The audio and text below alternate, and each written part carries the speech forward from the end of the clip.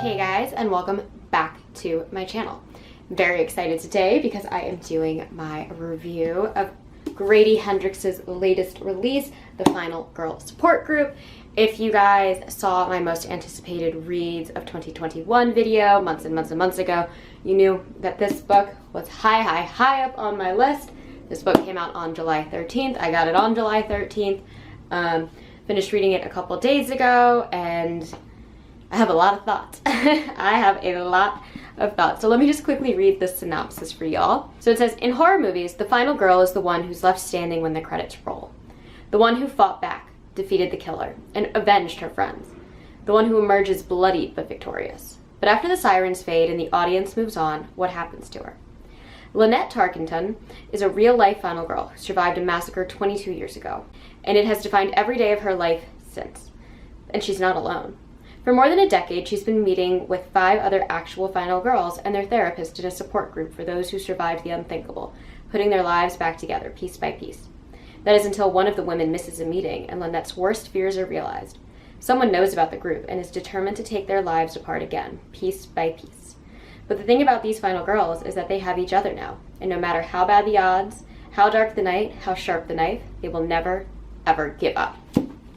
So, I was so excited about this book.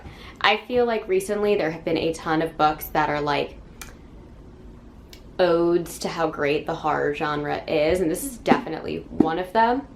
I feel like a lot of Grady Hendrix stuff is. My favorite book by him so far is My Best Friend's Exorcism, which is a love letter to like The Exorcist as well as like the 1980s. It's also very funny. As is Southern Book Club's Guide to Slaying Vampires. Very big into like vampire lore. It's a 90s nostalgia romp. This book was a little different. So normally when I read Grady Hendrix's work, I think it's going to be very scary and very humorous at the same time. You see that a lot with like Horror Store, which was his big breakout novel. It's about a haunted IKEA. Again, My Best Friend's Exorcism, very, very scary, but very lighthearted and funny at the same time. Slightly satirical. And then you get his release from last year, the Southern Book Club's Guide to Slaying Vampires, which still kind of had his whimsical lightheartedness. And it was actually the first Grady Hendrix book I ever read, but it was definitely more on the serious, kind of brutal side than I've seen from any of his other work. Which is why when I read this, I was a little stunned that this was an extremely serious book. It is 100% a love letter to the horror genre, and if you know all of the films that he is kind of, I don't want to say spoofing, but paying tribute to, there are definitely some like really, really funny things in it. So he's got like fake names for a bunch of the classic slasher films that he is kind of paying tribute to, paying homage to. So you've got Summer Slaughter, which is obviously Friday the 13th, Panhandle Meat Hook, which is, I think, such a funny name, Texas Chainsaw Massacre, Gnome Coming, which I guess is like those like 80s puppet films, kind of like Gremlins, even like Child's Play or something like that. Deadly Dreams, which is Nightmare on Elm Street, The Babysitter Murders, which is Halloween, and then you have Sleigh Bells. And Sleigh Bells is actually the focal slasher point of the Final Girl Support Group. Our main character, Lynette, survived what would be Sleigh Bells. I thought Sleigh Bells at first was Black Christmas, and then I read it, realized it wasn't Black Christmas. There's another film. I won't ruin what that film is for you because it's very pivotal to the plot. And I hadn't seen the film, so I kind of thought maybe Grady Hendrix was making the story up as he was going, but he wasn't. It's really just a spoof off of another 80s, maybe 70s slasher film. I don't remember. But this was interesting. This is a very dark book. I have to say I did not like our main character. I don't necessarily think she's a likable person. She's got a lot of little tics and a lot of coping mechanisms that kind of push her through the novel, but also kind of isolate her from the other main players, kind of make her a very loner, unlikable lead. And I found just a very difficult time kind of getting behind her and some of the stuff that she was doing, because I think what she does is I think Grady Hendrix intended it to not be like the chivalrous thing to do, not the right thing to do, not the heroic thing to do. But it kind of drove me crazy that that was kind of her whole like motivations in this novel. It's really just survive, survive, survive at all costs, which to me is very un-Final Girl-y. Yes, obviously Final Girls survive, but I feel like Final Girls also fight back. I feel like Final Girls really try and like have that kind of like inner heroine inside of them that makes them like such likable, beloved people. Like, you know, I think of Jamie Lee Curtis in Halloween most particularly. Like, she's a very strong, likable character. Lynette, not so much. And I will say that's very important to her story arc and who her character is. I just don't necessarily know if I liked reading about her for about 350 pages. This is a 4-star read for me. I did really enjoy it. I did want to finish it. I really loved how he rewrote a lot of these movies.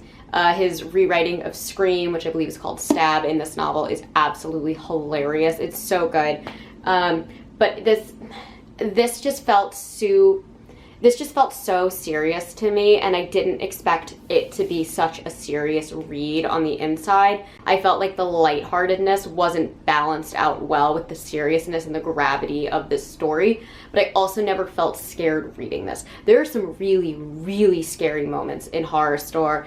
There's really scary moments, like brutally scary scenes in Southern Book Club's Guide to Slaying Vampires, as well as in My Best Friend's Exorcism, but again, balanced out by lightheartedness. I felt like this novel kind of was in between all of that. There was nothing that was super scary, and there was nothing that was super fun and lighthearted that made me want to keep reading this.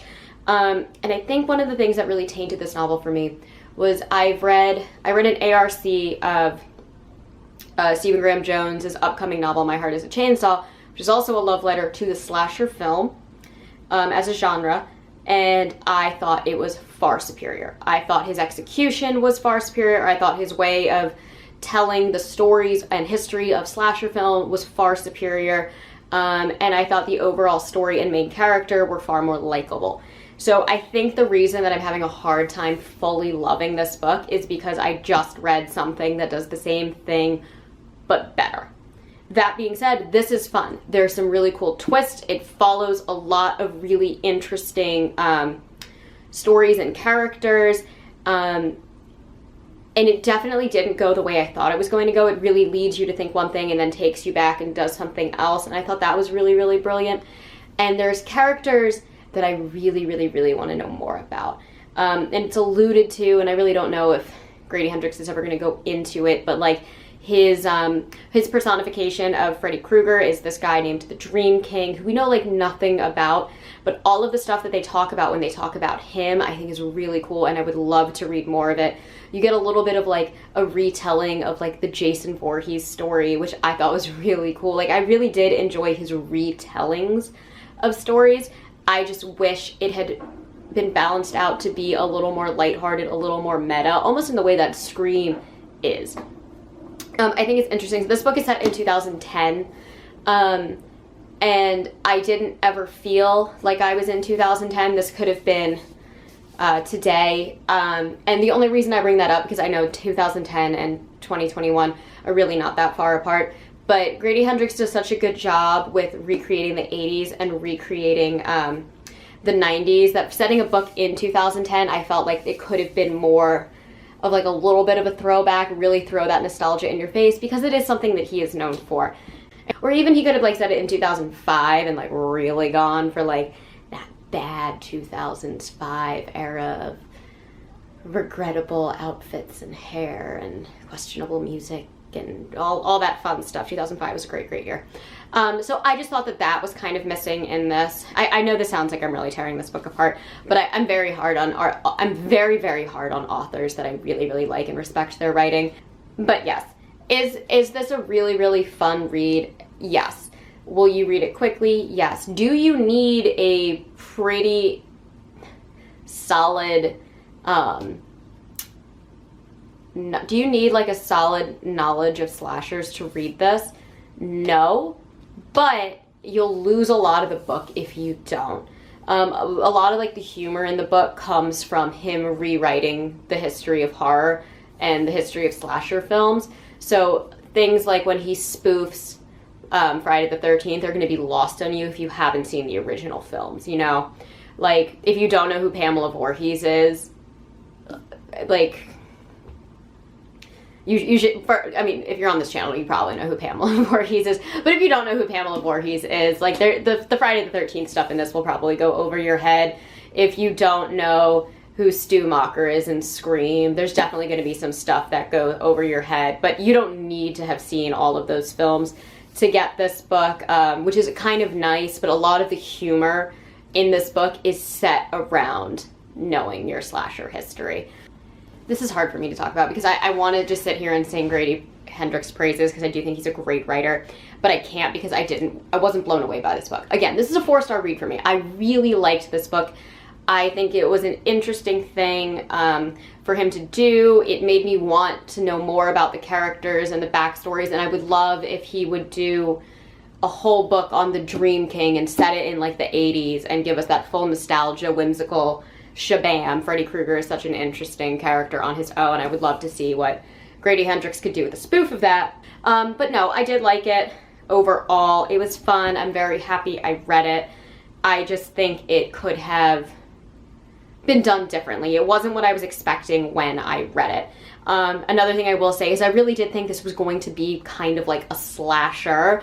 My favorite book of 2020, I have a whole video on my top reads because I'm talking about a lot of them. My favorite book of 2020 was Clown in a Cornfield, which is basically a B-horror movie slasher film in a book, and it's phenomenal, and it's great, and it's fun, and that is kind of what I thought this book was going to be when I read the premise, and it was like final girls are all being tracked down and killed off by somebody new, right? Like that was the original premise that they released. That is not what happens in this book. But I thought it was going to be a slasher, and I thought it was going to be about final girls who really have the knowledge of having survived being like final girls and kind of like reliving being in like a slasher. It's not. It's a much more serious psychological analysis of a read, and that's not really the plot at all.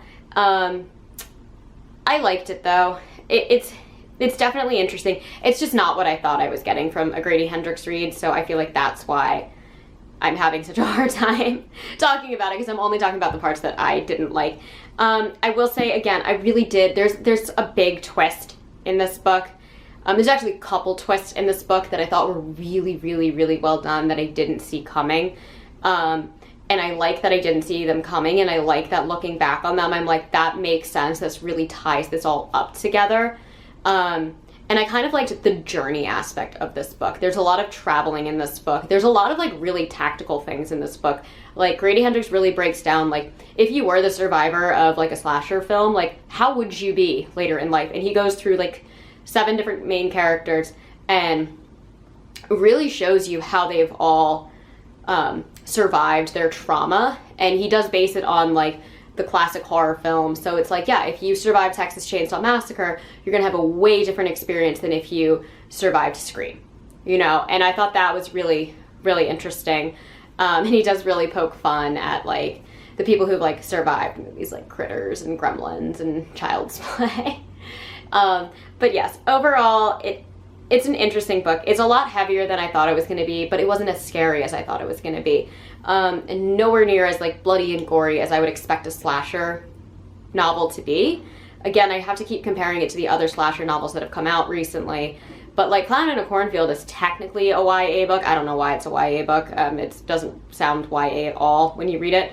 Or it doesn't seem YA at all when you read it. But it's like 10 times gorier and bloodier than this book. Same with My Heart is a Chainsaw. That book is freaking phenomenal. I highly recommend you guys pick that up when it comes out. But yes, 4-star read. Definitely not my favorite Grady Hendrix book at all. Right now, it's definitely my best friend's Exorcism, Southern Book Club's Guide to Slaying Vampires, then Horror Store. But I do love his writing. I'm really interested to see what else Grady Hendrix has in store for us.